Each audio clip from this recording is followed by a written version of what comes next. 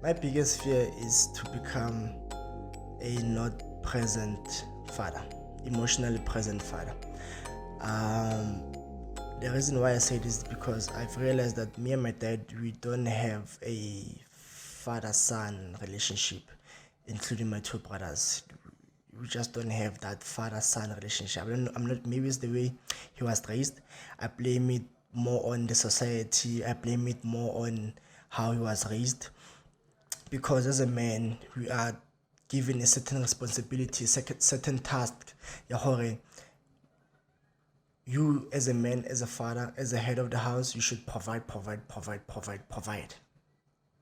As long as you are there in the household and you provide, then everything is sharp. But not realizing, yeah, you can provide as long as you can, as long as you want, but also be present. Don't just be physically present, but be emotionally invested in your children. Be emotionally present in your children. Build a relationship, have talks, have communication. Don't just communicate because you're communicating. We live in the same house. Maybe you're my dad, I'm your son. It's a must that we communicate. But be in a position that you are opening up a safe space for your offspring, for your children, a safe space in a way where they can be able to talk to you about anything and everything. So my thing is that I want to be emotionally invested in Iman. I want to be a present father as much as I want to be a providing father. I think the providing part comes naturally, especially if you are a present dad. If you are not a deadbeat, the providing part becomes natural. But being present being present is tricky, because now, just because I see you every day, just because I know where you are, just because I know what time you wake up, what time you go to bed, and what time you eat, shit, whatever, that doesn't mean you are present.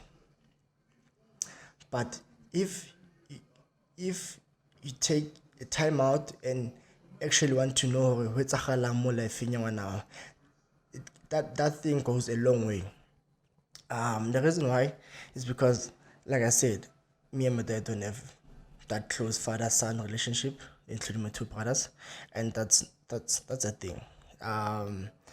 We are more closer to our mom more than him, and at some point that I knew it, but as a parent, you must take a step back and ask yourself for why.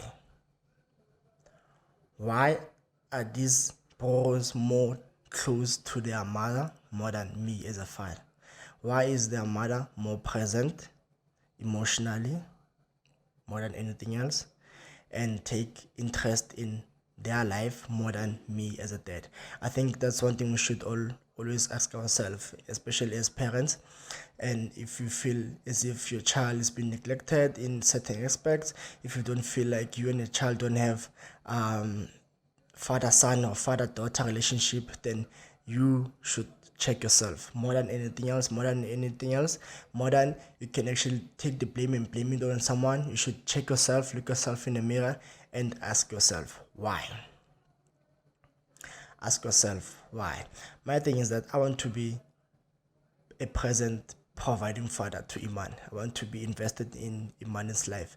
I want to be present in Iman's life. I want to know I want to build a relationship for me and Iman to a point where as it's like 17, 18, and at I already piloting, she was able to say, hey, in fact, the piloting, can need the pets. You see, that type of relationship, that's a top relationship to have with a child. Have talks, okay, now, Iman, otlo jola, otlo tsala this thing, otlo tsala this, bashimana otlo hate her, but here's what you should look out for. Here's what you should do. Here's what you should do. I said about hormonal sexual active, just okay, now you're becoming sexually active, you're becoming a young woman. Here's what you should do, here's what you should expect. Boys gonna come and say this, but you should say this, do this, those that type of relationship. The type of relationship that me and my dad didn't have or don't have. Even now it's tricky because now I bet it doesn't know the half of the things that's going through in my life. I bet it doesn't know. I bet it doesn't know half the things that my brothers are going through. I bet it does. For the longest time, like now, he didn't know that I was in school. I went back to school. I went back to college. He didn't know that until his wife told him, "Oh, okay, do you realize this bro will scale? So let's get he went to culinary school." I was like, "Oh, really?" Up to this day, he never came to me like, "Hey, dude, good will scale, what. He knows because his wife told him, and now he knows that I went to school because every now and then, get like every meals that we prepare at school, I always come with him, for about we saw okay, repelling today and everything. So that's how he knows. Okay, now, okay, Bro went to school. Bro is learning how to be a chef. Bro, I can bet happy he didn't know that my brother went to nursing school earlier this year, and I can tell you now that his wife told him that. Okay.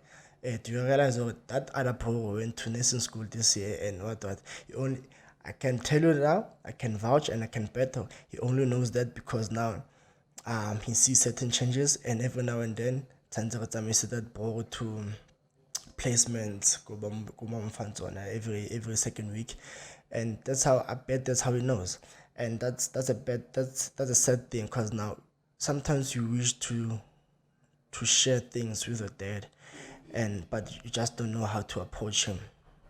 I wish I could have a conversation with him, but I just don't know how to approach him. And eventually, okay, not it's cool. I will respect you. I will talk to you, but when it comes to certain things, I'll rather let it be. So the sad thing about this whole thing is that we find ourselves going outside to look for love, fatherly love. That's why we we have so many people who have daddy issues. More than anything else, we have so many people who have daddy issues. I might say, or I have daddy issues, even though my dad is around, but I have daddy issues.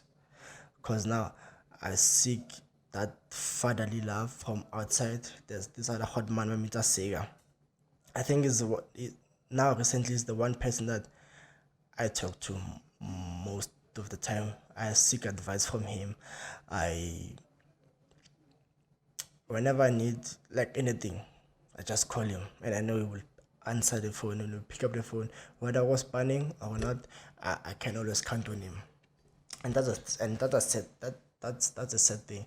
And if you can remember on my other podcast about my attempt suicide, I spoke about my uncle. That's one of the people I used to talk to him a lot about whatever that was happening in my life, and now that he's no longer around, it's tricky. And sometimes I wish that I can actually speak to my dad, but hey man, I blame the society. I blame how he was raised. I blame him as well. And I blame me as well because now I know who ke batla eng, and if I want that relationship between me and him, I should be the first one to actually initiate the first step. I should actually be the first one to say, "Infit, let's talk, let's sit down, let's have a conversation, then unpack things, then we get to realize how he was raised, where he comes from, why he's raising us the way he's raising us, why he behaves the way he behaves, why." But knowing him, and they will see every now and then bar another nagatswana because he's stubborn, I'm stubborn, he's hard-headed, I'm hard-headed. So there's similarities between me and him. That's why most of the time we have conflicts. Me and him, most of the time we have conflicts. We fight a lot, we argue a lot, and yeah, so that now it becomes tough and it becomes tricky for me and him to sit down and have a conversation because at the end of the day, I never felt I'm not. And I know I'm one personally, and I'm one personally, and I think I need like take time to calm down. Meaning ke tlo ngala and I'll just leave you. And for me to become the Kagiso that I was before the argument, before the fight and everything, it will take time. Can probably take the whole day or the 2 days. I think that's my biggest weaknesses, or I don't resolve issues fast. I don't just come down that quickly. So the point of this podcast is that we should try to be more present in our kids' life, in our children's life. We should be present as much as we are providing fathers, providing mothers, but we should also be present fathers and present mothers.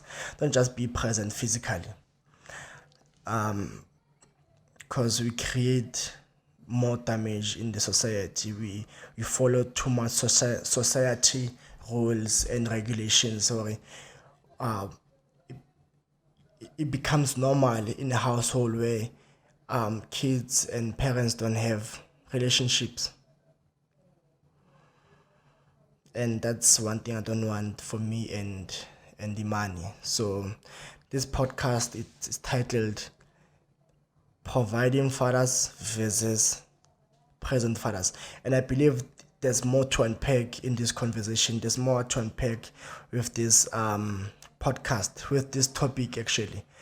Providing fathers versus present fathers. I know I have a lot of father friends, so I can always hear their view, or what do they think about being a providing father versus a present father. I was my favorite nakalina ka tsada Spider-Man sa motona tlogolo sa re magumole ko phela matlhako e phatsima le masepaino go le gaeng la Re Moses Kotane ko Tampo Start. This was the Mahumulo podcast with me, Tatsi. Ke gakile ke a tsamaya.